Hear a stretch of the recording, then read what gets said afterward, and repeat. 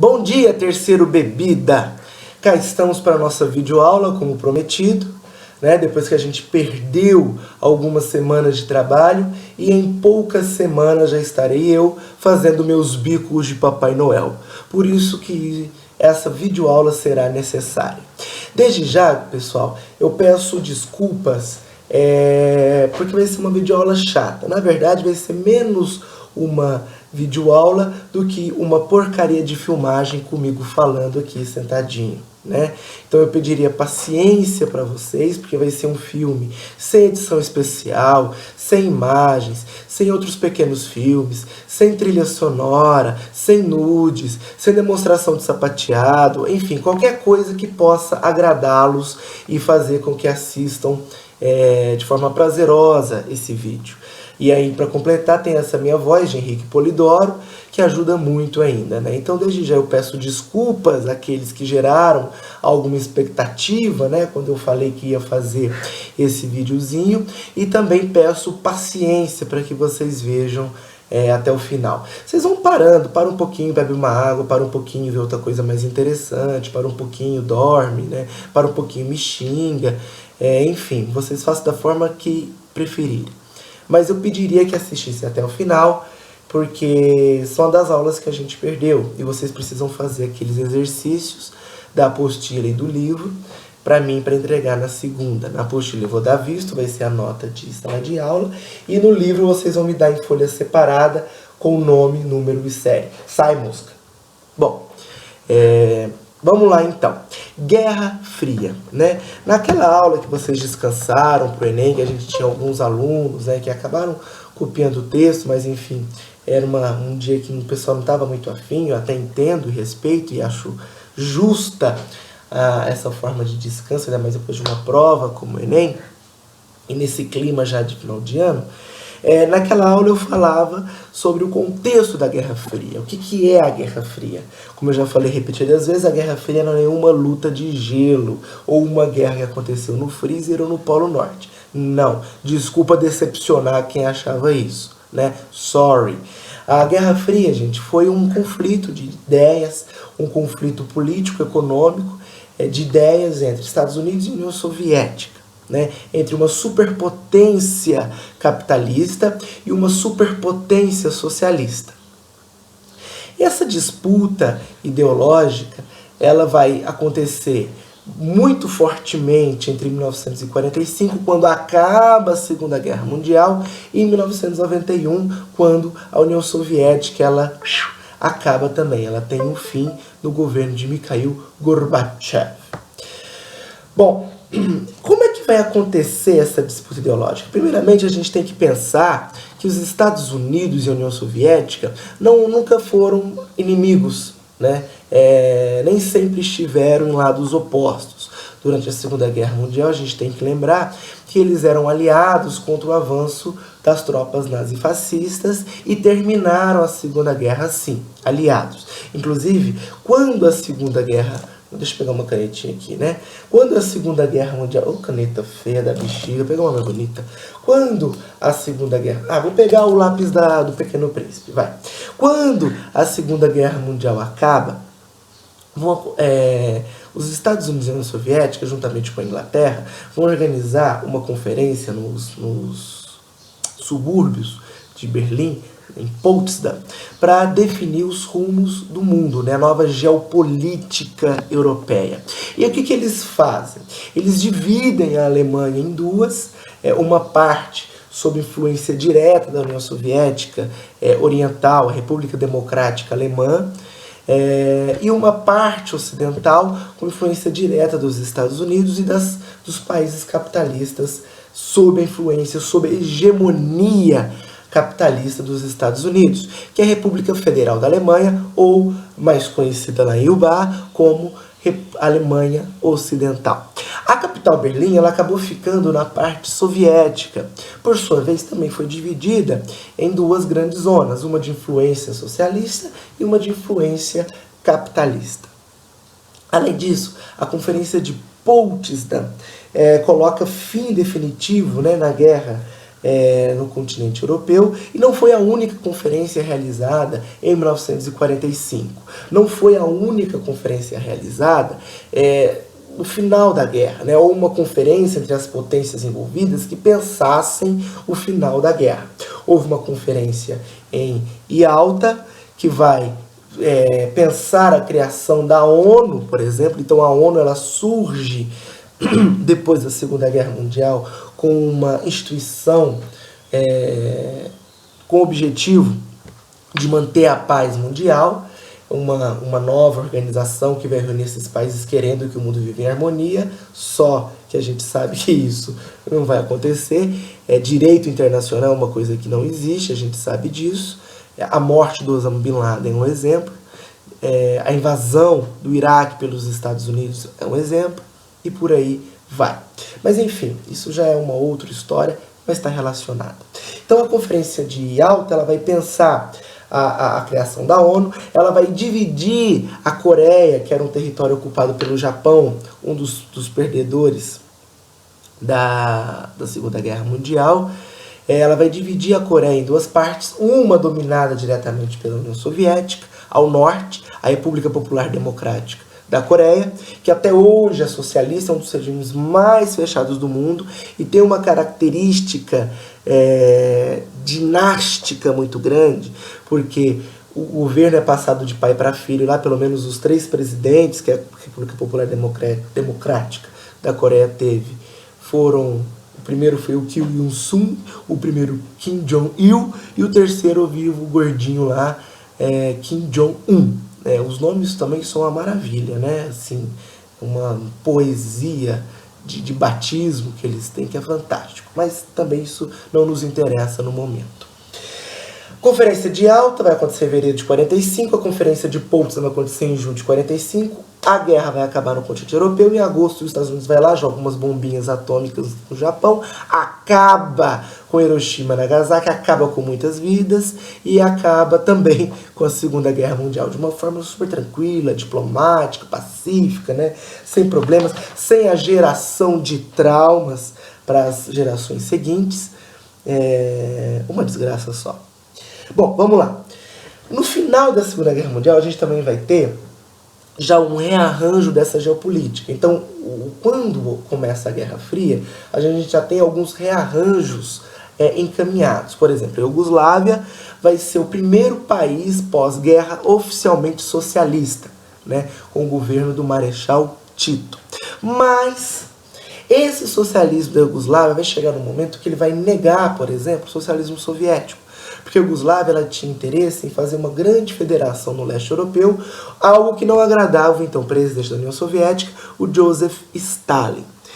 E mais tarde a Iugoslávia vai romper com o Stalin e vai continuar sendo um país socialista. Vejam então que um país socialista que surge, mais para frente ele vai romper, na década de 50 ele rompe com o governo stalinista da União Soviética e não fica necessariamente sob a hegemonia soviética, apesar de compor o bloco com os países socialistas. Também em 1955, logo depois desse rompimento, nós vamos ter, parece que eu estou com piolho, né? Nós vamos ter a Conferência de Bandung. A Conferência de Bandung vai ser realizada na cidade de Bandung, Ava, na Indonésia, e vai reunir 29 países asiáticos e africanos que haviam acabado de conquistar a sua independência ou buscavam a independência. É importante falar da Conferência de Bandung, porque ela vai criar o grupo do chamado Terceiro Mundo, o grupo de países do Terceiro Mundo. Países que independentes recusavam a bipolarização do mundo entre socialistas e capitalistas. Países que se diziam neutros. Essas ex-colônias da África e da Ásia mostram também a crise, né, que passaram os países, as antigas potências imperialistas europeias. Se vocês lembrarem, é claro que vocês não vão lembrar, mas talvez lembrem, lá no começo do ano a gente falou sobre o Gobineau, né, o Conde Gobineau, e todo o problema dele com o racismo, que estava diretamente ligado à colonização europeia na África e na Ásia. A gente vai ver que vai ter uma divisão em 1885 da África entre os países europeus, com a desculpa de que a Europa levaria civilização, bem-estar para essas populações nativas, acabaria com a escravidão e blá blá blá. Meu zovo. Porque na prática a África acabou passando por uma série de estupros, prisões, torturas e todo esse problema de desigualdade muito contemporâneo que a gente tem na África é decorrência, sim, dessa Conferência de Berlim, dessa partilha da África. Alguns jornalistas, alguns conservadores, né, que se dizem defensores da direita, são liberais, tipo Rodrigo Constantino, né, tipo Leandro Narlock. O Leandro Narlock ele ainda é menos pior que o Rodrigo Constantino. Para quem não sabe, o Narlock escreveu aquelas coletâneas dos guias politicamente incorretos da história. Ele não escreveu todas, mas ele que começou com esse desfavor ao conhecimento histórico. Mas vale a pena ler para a gente discutir. Mesmo se for para negar, para falar mal, para tacar cocô, a gente tem que conhecer, tá bom? Crianças. Então, Leandro Narlock, Rodrigo Constantino defendem, batem o pé que a África não, que a Europa, quando chegou lá, a África já vivia um momento de escravidão, de pobreza, de desigualdade. Ok, carapada, ela já vivia, mas no momento em que a Europa se faz presente no continente africano de uma forma violenta, de uma forma hostil, desenvolvendo ainda mais o seu capitalismo industrial, a Europa, ela reformula essas relações sociais e piora ainda mais a situação dos africanos. Ela recria um sistema que é muito mais violento, que é muito mais hostil, que é muito mais desigual e que está causando, sim, toda essa pobreza que a gente vê na África, essa violência entre tribos, etnias, guerras civis. A África realmente ela é assim porque grandes países, grandes corporações capitalistas querem assim. Bom, então a Conferência de Bandung ela vai ser o momento em que essas ex-colônias africanas e asiáticas, principalmente, porque como ela aconteceu na Indonésia, a Indonésia fica na Ásia, então as colônias asiáticas que assumiram a porta dessa Conferência de Bandung, elas vão defender a sua soberania, elas vão defender o seu direito de definir o que é melhor no seu território, o seu próprio governo e as suas leis. Vão ser países neutros. Acontece que essa neutralidade ela é muito frágil, tá? Porque esses países vão receber apoio diretamente, maior escala, menor escala, dos Estados Unidos e da União Soviética. Os Estados Unidos e a União Soviética eles vão disputar nessa guerra ideológica, eles vão disputar a influência também nesses países do terceiro mundo. Não só países aliados que já vinham numa proximidade com a Segunda Guerra Mundial, mas também países que vão surgir na década de 50 e 60 do século passado, 1905 a 1960, vão surgir afirmando essa neutralidade. Então eles vão disputar também o terceiro mundo, e isso vai ficar muito claro para a gente quando for falar da Revolução Cubana, no nosso continente americano, tá? Olha que linda essa flor aqui na minha orelha. Bom, então vai acontecer a Conferência de Bandung, que vai ter esses países do terceiro mundo em 1955. A gente vai ter já uns rearranjos geopolíticos e aí o cenário para a Guerra Fria já está armado. O livro de vocês fala que alguns historiadores vão falar de Guerra Fria a partir de 1947, quando o Plano Marshall foi elaborado. E vai até 1989, quando o Muro de Berlim cai. O Muro de Berlim que dividia as duas Alemanhas. Vai cair. Então, assim, gente, isso não tem problema não. A gente pode falar de Guerra Fria para acabar com essa polêmica, se é que existiu essa polêmica aí para vocês, mas para mim, né, que estou preocupado com essas questões, estou querendo discuti-las sempre, afinal de contas, eu consumo as coisas por causa desse meu emprego, então eu tenho mesmo que correr atrás disso. A Guerra Fria, a gente vai falar que ela vai começar em 1945, 1947, no pós-guerra imediato, e ela vai acabar em 1989, 1991, quando cai o Muro de Berlim e quando a União Soviética cai. Até hoje a gente tem efeitos dessa Guerra Fria, né? O caso de Cuba, com o embargo econômico que os Estados Unidos colocou, vou falar disso. A guerra entre a Rússia e a Ucrânia tem muito a ver com esse fim da Guerra Fria que não se resolveu, o fim de países como a Tchecoslováquia, a própria Iugoslávia vai ter relação com isso na década de 1990. Então a Guerra Fria ela vai acabar em relação à bipolarização União Soviética e Estados Unidos com uma aparente vitória do capitalismo, mas ela vai deixar alguns legados, obviamente. As coisas elas não são, as rupturas na história elas não são tão violentas. Vamos lá, em 1947 os Estados Unidos vai fazer então o Plano Marshall, que é um empréstimo, uma ajuda financeira a países capitalistas da Europa Ocidental arrasados pela guerra.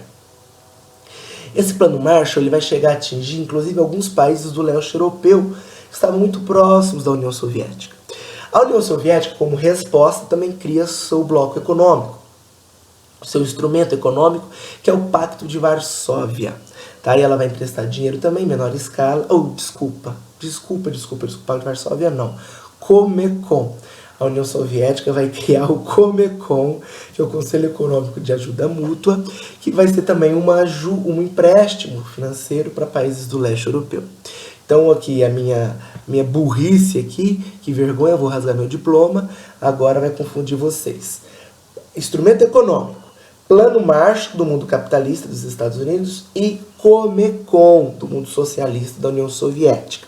O Pacto de Varsóvia ele vai ser a organização militar, a organização bélica do mundo socialista, também criada em resposta à organização do Tratado do Atlântico Norte, a OTAN.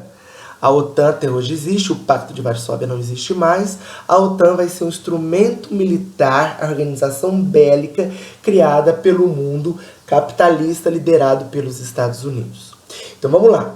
A Guerra Fria ela começa para valer quando se criam os primeiros instrumentos econômicos, Plano Marshall dos Estados Unidos, do mundo capitalista, que vai emprestar dinheiro para países da Europa Ocidental arrasados pela guerra. Esse Plano Marshall ele faz parte de todo um esforço da doutrina Truman.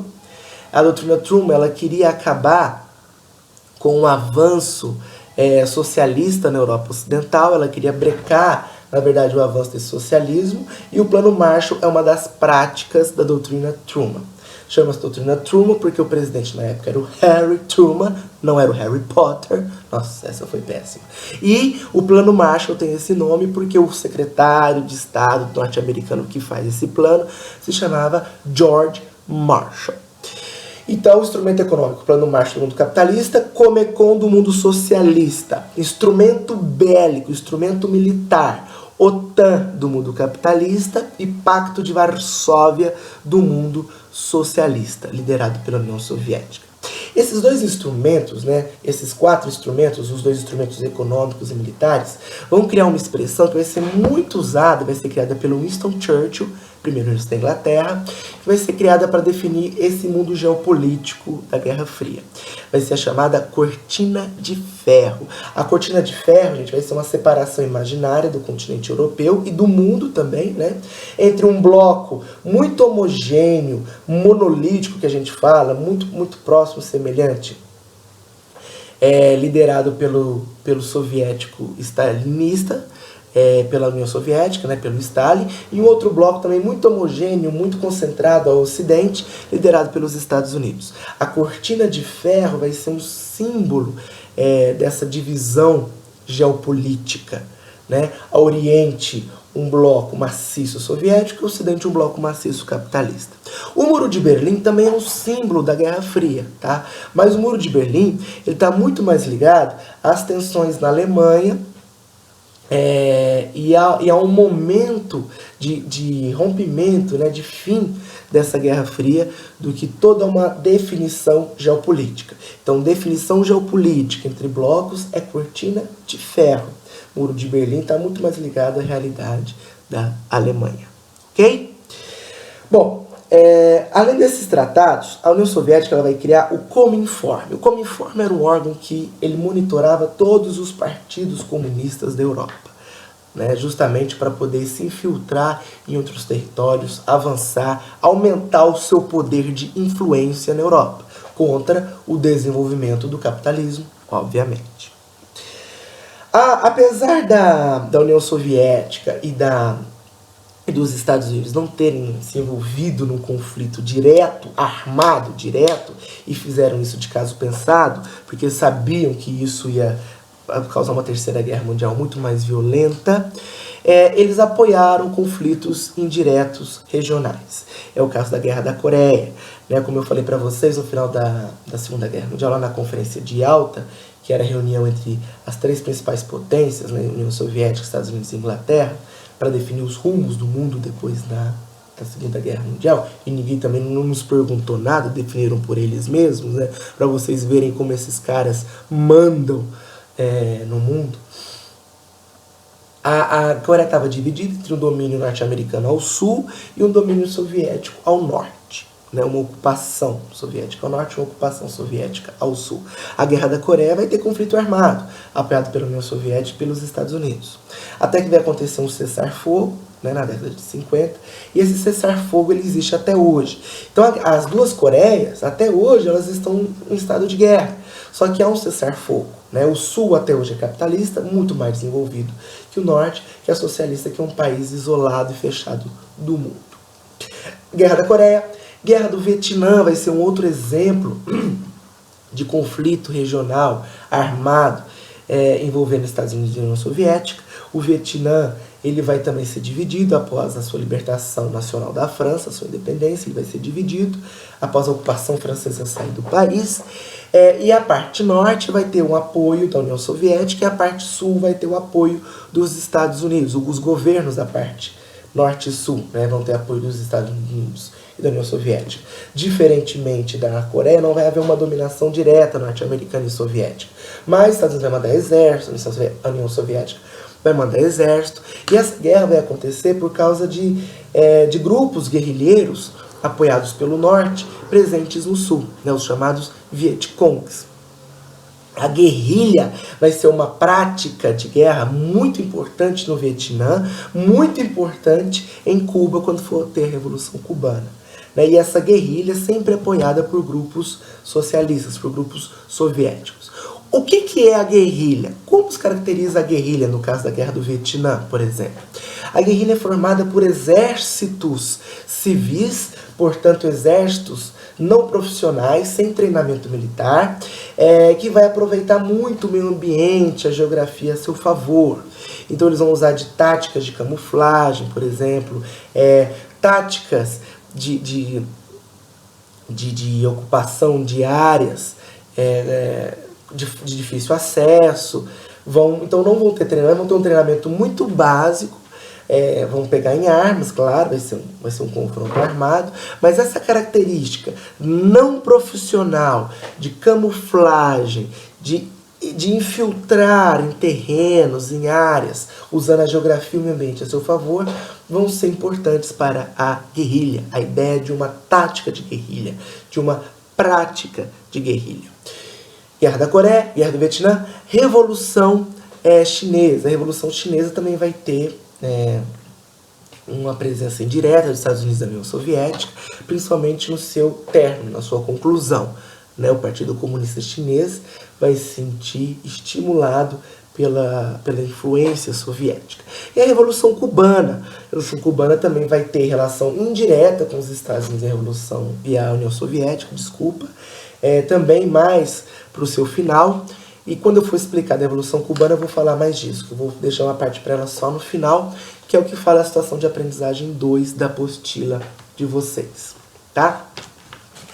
Gente, se alguém tiver alguma dúvida, nessa semana, quando for fazer os exercícios, pode me escrever um WhatsApp, não manda um inbox Pode mandar um inbox no Facebook também, vai, eu vou estar com o celular, eu tenho um aplicativo, porque eu sou uma pessoa moderna, descolada, eu sou pra frente.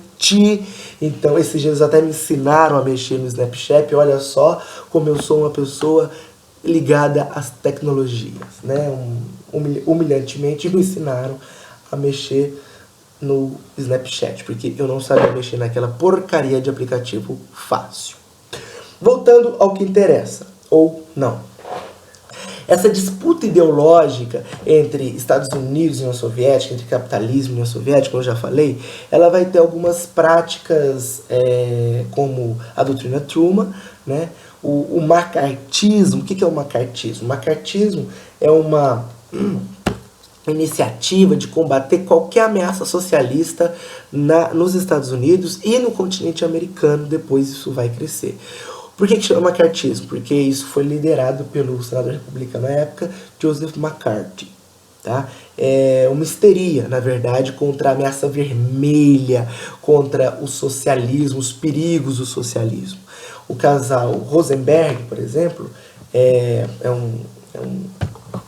foi morto, né? Foi assassinado, foi condenado à morte, foi julgado, né, e condenado à morte nos Estados Unidos, Ethel e Julius Rosenberg, um casal judeu, sob a suspeita de serem espiões soviéticos nos Estados Unidos. E aí eles foram condenados e julgados, justamente por causa dessa histeria, dessa perseguição às ameaças socialistas que o macartismo teve.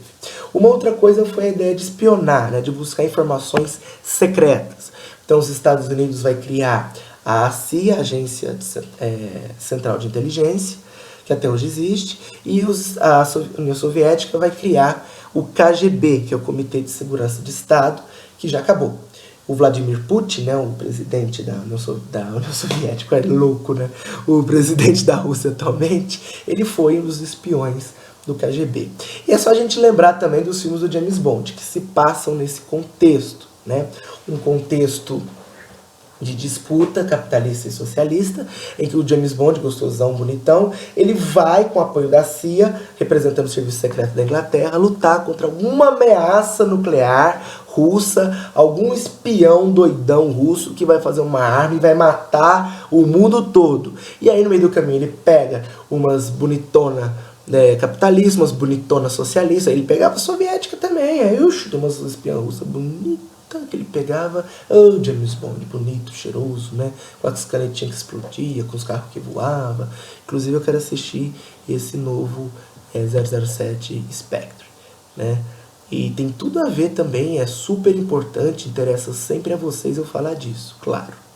Gente, o que consiste uma disputa entre capitalismo e socialismo? O que é ser capitalista? O que é ser socialista, né? Basicamente, os dois sistemas funcionam relacionados à forma de gestão da economia, né?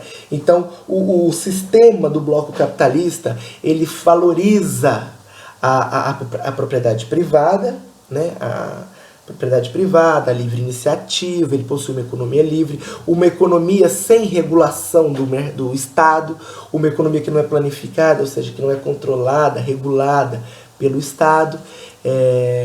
Já o socialismo, ele não tem ele tem ausência dessa economia livre, dessa propriedade privada, é uma economia regulada, uma economia controlada pelo Estado. Um Estado, quando eu falo Estado, eu falo de governo. Então, um Estado que regulamenta, que intervém muito na economia, né? Já o capitalismo também tem esse estado pouco intervencionista. Então percebam que a diferença entre os sistemas do bloco capitalista e do bloco socialista tem a ver com isso, com economia. Então, enquanto no capitalismo a gente vai ter uma economia livre concorrência, foco no lucro, na propriedade privada, uma economia que não é regulada pelo Estado, portanto um Estado que é pouco intervencionista. No socialismo nós vamos ter a ausência de propriedade privada, de livre iniciativa, um Estado que intervém muito na economia. Não tem propriedade privada porque tudo, as empresas, as usinas, são do Estado, são propriedade pública, né? Na União Soviética era assim, em Cuba é assim até hoje. A gente tem essa economia planificada no socialismo. Então essas são as principais diferenças que vocês têm que deixar claro aí na cachoalita de vocês. Como eu falei, vocês estão lá no amasso, no bem bom, mão naquilo, aquilo na mão, língua naquilo, aquilo na língua, beijo na boca, é coisa do passado. E aí vocês, na hora desse frenesi, vocês vão ter que lembrar quais são as principais diferenças entre o bloco capitalista e o bloco socialista, que se intensificou tanto na Guerra Fria, viu? Por favor, é o mínimo que vocês têm que fazer. A escola em primeiro lugar, tá bom? Até parece. Bom, eu já falei para vocês que vão acontecer essas guerras quentes, né? Entre alguns países, em alguns lugares regionais, vão ter conflitos regionais com influência indireta dos Estados Unidos e da União Soviética, vão ser essas guerras quentes, que só vão acontecer pelo aumento das tensões entre capitalismo e socialismo. O principal motivo que vai desencadear as guerras quentes, esses conflitos menores, regionalizados, a única relação que eles têm com a Guerra Fria, eles só estão relacionados à Guerra Fria porque vão acontecer a partir das tensões ideológicas. Então a treta vai ficar insustentável e eles vão entrar em guerra. Tá? A treta de um mundo bipolarizado, de um mundo dividido em dois extremados. Ok? Vamos falar agora da Revolução Cubana, que é a situação de aprendizagem 2, e é um dos exercícios que vocês vão ter que fazer para entregar segunda. A Revolução Cubana, então, ela acontece nesse contexto de Guerra Fria, ela vai acontecer em 1959, e nesse contexto de Guerra Fria, no continente americano, a proximidade com os Estados Unidos, ela nos diz muito, ela significa muito para a gente. Né? Essa ideia dos Estados Unidos manter a hegemonia dele sobre o continente americano, ser um país todo poderoso, influenciar o continente americano, ela não começa na Guerra Fria. Ela vem já na virada do século XIX para o XX, no governo do Theodore Roosevelt, quando ele aplica o Big Stick, ou o grande porrete, o grande cacete mesmo. O que esse Big Stick pretendia, afirmava? O Big Stick afirmava uma política de domínio econômico, cultural e político sobre o continente americano, dos Estados Unidos sobre o continente americano. Exemplo disso vai ser que a Cuba, né? A Cuba, parece uma pessoa. Cuba lança, Cuba vai se tornar independente em 1898, vai ser das últimas ex-colônias espanholas a se tornar independente na América. E em 1901, os Estados Unidos, sob pressão desse Big Stick de montar sua hegemonia, sua influência sobre o continente americano, consegue aprovar na Constituição cubana a chamada Emenda Platt, em 1901. Então a Constituição cubana, feita em 1901, os Estados Unidos conseguem aprovar a Emenda Platt, que facilitava a influência norte-americana no Caribe e na América Central. Essa Emenda Platt, ela criava uma área de 117 km² na ilha de Cuba para uma base militar norte-americana, por exemplo. Vocês sabem muito bem que base é essa, é a base de Guantánamo. A base de Guantánamo existe até hoje, é onde o Obama prende os acusados de terrorismo, principalmente depois de 2001. E é um dos lugares em que menos se tem cumprimento de direitos humanos. É um lugar super denunciado, supervisado pela ONU e por vários órgãos de agência de direitos humanos. Várias agências, vários órgãos de direitos humanos ficam olhando para essa base de Guantánamo. O Obama prometeu fechar essa base. É promessa de campanha dele. Vamos ver como está esse processo de fechamento, de esvaziamento de Guantánamo, que é uma base militar norte-americana na ilha de Cuba. E essa base só foi permitida com a Emenda Platt, elaborada, esquematizada pelos Estados Unidos na Constituição cubana. Então a Emenda Platt, ela cria essa base militar na ilha de Cuba, a base de Guantánamo, ela coloca Cuba numa iminência de invasão norte-americana, e a partir dela Cuba vai viver ditaduras apoiadas pelo capitalismo norte-americano. Tá? Tudo isso, gente, porque os Estados Unidos tinham um grande interesse também no açúcar cubano, principal produto de exportação de Cuba. Então nós vamos ter um longo período, na primeira metade do século XX inteiro, Cuba sob ditaduras apoiadas pelos Estados Unidos e que só foram possíveis por causa da Emenda Platt. Então essa política dos Estados Unidos para a América Latina, de montar sua hegemonia, o seu domínio político, econômico, cultural sobre a América Latina, começou aí com esse Big Stick e vai continuar na Guerra Fria com nomes, por exemplo, Harry Truman, que vai criar a doutrina Truman, depois nós vamos ter o Eisenhower, depois nós vamos ter, não precisa decorar esses nomes não, o Kennedy, né? o John Kennedy, ele também vai continuar essa política, vai criar a chamada Aliança para o Progresso, né, que é um programa também de conter o avanço socialismo na América, conter o avanço, o desenvolvimento dessa influência socialista na América, vai ser a Aliança para o Progresso, o programa criado pelo John Kennedy. O John Kennedy vai ser assassinado num desfile em Texas, né, em 1963, então ele não vai completar o governo dele. Quando ele morre, assume o vice dele, o Lyndon Johnson. O Lyndon Johnson, gente, também vai continuar essa política de brecar, de frear o avanço socialista na América. Inclusive, é nesse período que vão ser apoiados muitos golpes militares na América Latina, inclusive o nosso, em 64. O nosso golpe de 64 ele tem apoio direto do governo norte-americano, do presidente Johnson, foi em 64, o Kennedy já tinha morrido, já tinha ido pro saco, o Johnson já tinha assumido, e em outros países como Uruguai, Argentina, Peru. Vários países da América Latina vão ter os golpes militares nas décadas de 50, 60 e 70, apoiados pelo governo norte-americano, justamente nessa tentativa de frear o desenvolvimento de uma ameaça vermelha do socialismo no nosso continente. E aí, em 1959, acontece a Revolução Cubana, que vai trazer o socialismo para o nosso continente de uma forma mais concreta, né? Cuba era governada pelo Fulgêncio Batista, e aí um grupo de guerrilheiros, olha só a guerrilha de novo, como acontecia no Vietnã, nós vamos ter essa guerrilha prática, tática de guerrilha muito importante para esses países, para esses golpes socialistas, né, essas revoluções socialistas que aconteceram. Um grupo de guerrilheiros liderados pelo Fidel Castro e pelo Ernesto Che Guevara, que era um médico argentino, vão tomar o poder em 59, expulsando o Fulgêncio Batista de Cuba e acabando com a ditadura dele. Só que esses guerrilheiros eles estavam presentes na ilha desde 1956, e a revolução só vai se concretizar mesmo em 59. Até hoje, né, Cuba vive esse sistema socialista. Hoje em dia, Cuba está passando por um processo de reabertura econômica e política.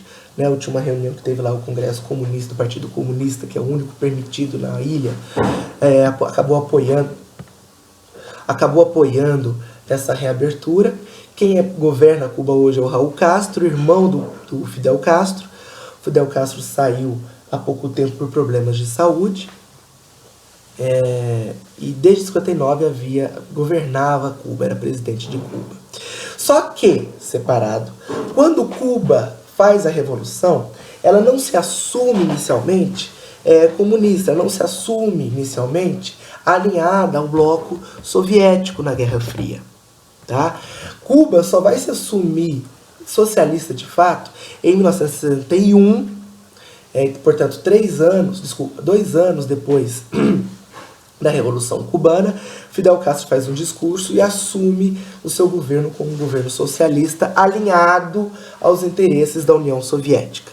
E isso vai dar uma treta com os Estados Unidos, porque isso vai ameaçar a hegemonia norte-americana. Os Estados Unidos vai virar e falar: opa, um governo socialista aqui tão perto no continente americano vai ameaçar a minha hegemonia, o meu domínio cultural, econômico e político no continente. Eu preciso fazer alguma coisa. E aí que o John Kennedy, bonitinho lá, todo galã, ele vai pensar num plano de invasão da ilha cubana. É o plano de invasão da Baía dos Porcos, que não vai dar certo, vai fracassar, loser, vai fracassar. E isso vai afetar um pouco a popularidade do presidente. A Guerra do Vietnã já afetava muito a popularidade dos governos norte-americanos. Porque a década de 60 ela vai ver uma efervescência, uma ebulição cultural muito grande. Na Europa, na América, né, nós vamos ter movimento hippie, nós vamos ter as contestações de maio de 68, dos jovens estudantes, nós vamos ter uma explosão sexual no meio dessa cultura, né, de questionamento a costumes impostos na sociedade. Então a década de 60 ela vai ter um burburinho bem legal, bem bacana, E um deles vai afetar a popularidade dos governos norte-americanos por causa da Guerra do Vietnã. E depois esse plano fracassado de invadir Cuba, depois da Revolução Cubana, também vai afetar um pouco a imagem norte-americana. Os Estados Unidos não vai fazer só isso, ele não vai tentar só invadir a ilha de Cuba, né? Ele vai deixar de comercializar com Cuba, vai impor aos seus aliados que não comprem nem vendam mais produtos a Cuba. É o chamado embargo econômico, em que todos os países aliados dos Estados Unidos estavam proibidos de comprar produtos com alguma matéria-prima ou com uma produção cubana. E muito da pobreza atual de Cuba, muito do atraso, do pouco desenvolvimento, da miséria que a gente vê em Cuba, tem relação, sim, direta com esse embargo econômico. Recentemente também a gente está vendo uma reaproximação mediada aí pelo Chiquinho, pelo Papa Francisco. O Papa é pop, sim, o Papa está aproximando o Obama, que é um negão, gente boa, né, presidente dos Estados Unidos, e o Raul Castro, o Raul Castro, que também é um velhinho, parece um velhinho gente boa, né, que governa Cuba. Eles estão se reaproximando dos Estados Unidos. O Congresso norte-americano já está revendo o fim desse embargo. Depois de meio século depois da Revolução Cubana, a embaixada cubana foi reaberta em Washington, por exemplo, nos Estados Unidos. Um sinal importante. E quem mediou isso tudo? O Papa Francisco, o Papa Chiquinho. Esse Papa é demais, esse Papa é foda. Nem parece que é Papa. Bom, vamos lá. Quem que é esse Che Guevara, né? Esse cara que hoje é um ícone, a imagem mais vendida no mundo, só perde para a imagem de Jesus Cristo. É a imagem mais vendida do mundo, não é à toa que a gente vê direto aquelas camisetas vermelhas com Che, anel, quadro, né, tudo circulando o mundo. O Che Guevara era um médico argentino que começa a se interessar por essas causas humanitárias que ele conhece na América Latina por um outro amigo médico, líder do Partido Comunista. Então o Che Guevara ele vai se aproximando dessa questão comunista justamente pela prática humanitária da medicina. E aí ele pega uma motocicletinha e vai sair aí pela América Latina para conhecer outros projetos e começar uma formação comunista em outros países. Bolívia, por exemplo, né? Até chegar em Cuba, onde ele conhece o Fidel Castro, você fica louco, admira aquele homem, nossa, esse Fidel Castro aqui é fodão mesmo, gostei muito dele, e eles fazem a revolução. Depois de um tempo em que o Ernesto Che Guevara ele assume vários cargos no governo revolucionário, né, de Cuba, ele sai de Cuba para ir para outros países. Ele vai para Bolívia, depois vai para países africanos. Para quê? Para fazer uma formação comunista e, sobretudo, uma formação de guerrilha. Tá? Porque a guerrilha é a tática importante para o Che, é a tática importante para se fazer essas revoluções. E aí ele vai para a África, tem contato com alguns movimentos nacionalistas, né? Se vocês lembrarem, eu falei agora há pouco da conferência de Bandung. O que foi essa conferência de Bandung? Foi quando as colônias africanas e asiáticas se tornaram independentes, defenderam a sua soberania, o direito de outros países se tornarem independentes. E na África vão existir muitos movimentos nacionalistas nesse contexto de Guerra Fria, né? No Enem de vocês caiu, por exemplo, um texto do Agostinho Neto, né, que é o líder do Movimento Nacional pela Libertação de Angola, que vai tornar Angola independente nas décadas de 60 e 70. Então, Agostinho Neto, que passou despercebido porque o povo concentrou muito na Simone de Beauvoir, né, em bater mulher, que isso é coisa de esquerda, isso é coisa... Não, meu amigo, isso não é coisa de esquerda, não, isso é coisa de humanidade. E outra coisa, você lê a Simone de Beauvoir, você não vai virar um feminista radical, você não vai ficar aí saindo queimando sutiã e rasgando sutiã, não, tá? Fica calminho. Só perguntaram, a única coisa que perguntaram era o contexto da declaração da Simone de Beauvoir. Só isso que você tinha que reconhecer. Mas parece que nem essa habilidade você que reclama tem. Bom, hashtag desabafo, vamos voltar aqui. Então você tem esses movimentos nacionalistas e o Agostinho Neto ele passou despercebido, né, na questão do Enem por causa dessas outras polêmicas desnecessárias, né, mas ainda assim polêmicas importantes.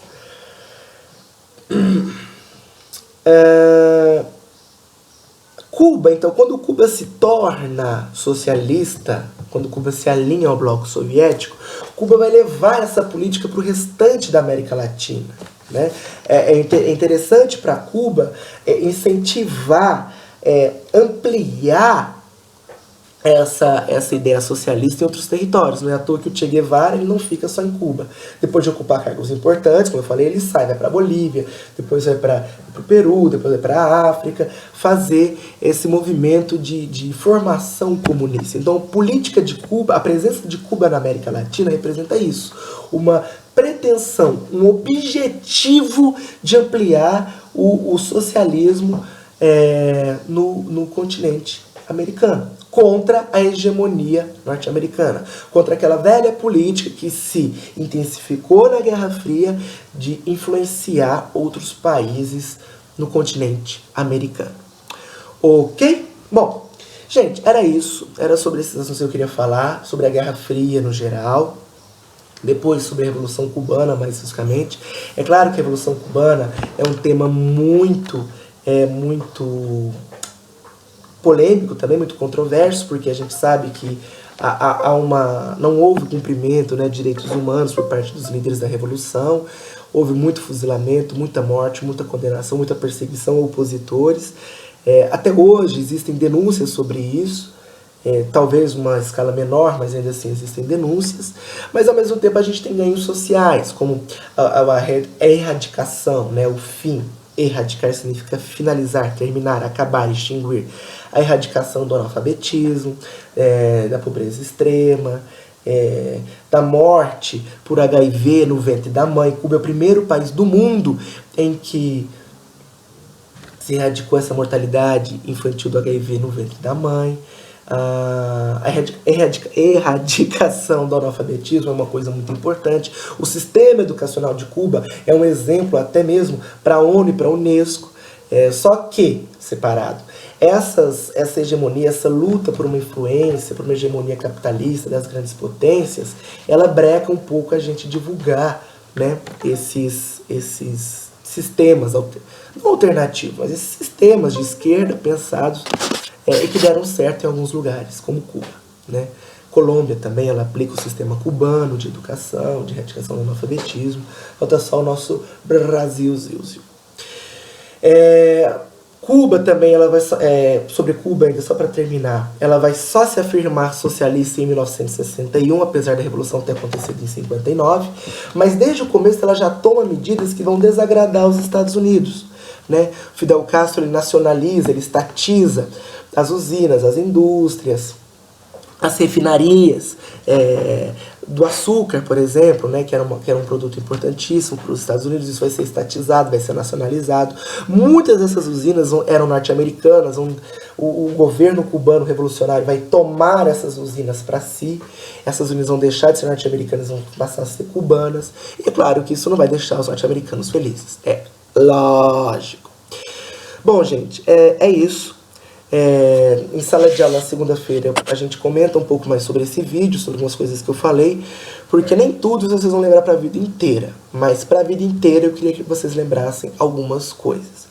Nós vamos falar um pouco mais sobre a Revolução Cubana e sobre algumas outras revoluções, mas ainda um pouco mais sobre a Revolução Cubana. Principalmente nessa coisa de idolatrar o Che, de montar um mito Che, de fazer um ídolo Che, de construir uma memória de valorização do Che. Essa memória de valorização do Che Guevara, ela não é hegemônica, ela não é em todo mundo, ela não é compartilhada por todos, e dá um bom debate, um debate ótimo, inclusive. A gente vai conversar um pouco mais disso na segunda-feira, terceiro B. Eu tô pensando aqui, eu vou mandar esse vídeo pro terceiro A também, e a gente pode conversar sobre isso na quinta. A gente pode não, a gente vai conversar sobre isso na quinta-feira, com o terceiro A. Ok? Bom, gente, mais uma vez obrigado pela paciência. São 50 minutos falando, essa minha voz de Henrique Polidori irrita, eu aqui sentado. É chato mesmo, não tô falando que não é, mas eu acho que é um mínimo, é um pouco que eu posso fazer pra gente ter sanar esse prejuízo que a gente teve. Porque é quarto bimestre, é finalzinho. Vocês já prestaram provas importantes, vão prestar outras provas muito importantes ainda, mas não é por isso que vocês vão desanimar agora e vão largar a mão. a gente ainda tem um bimestre. Não adianta nada ser aprovado na universidade se você vai ficar de DP ou se você vai ser retido, tá? Sorry. Antes de você entrar na faculdade, você tem que terminar sim, concluir o seu terceiro ano. Então não vamos dar uma desanimada não. Assistam esse vídeo, vão assistindo aos poucos.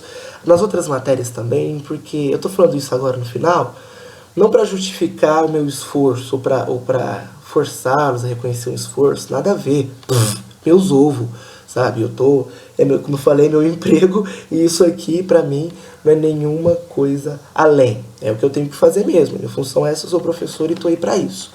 Mas eu falo isso porque muitos colegas professores estão reclamando que vocês estão abrindo as pernas, que vocês estão desanimando, e aluno bom ainda desanimando, alunos que já tinham problemas de disciplina, alunos que não se dedicavam tanto, já não vinham se dedicando, mas agora é o momento também desse aluno que está pendurado, correr atrás para se recuperar, é a última chance.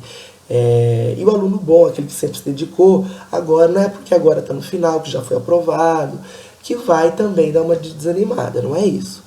Conhecimento nunca é demais, a gente vive num mundo em que a informação é um subsídio, é um produto muito importante, tá bom? Gente, um beijo, bom final de semana, juízo nessa cachola, se beber não dirija, se dirigir não beba, usem camisinha e um grande beijo. Tchau, tchau. Como é que para isso aqui? Ah, achei.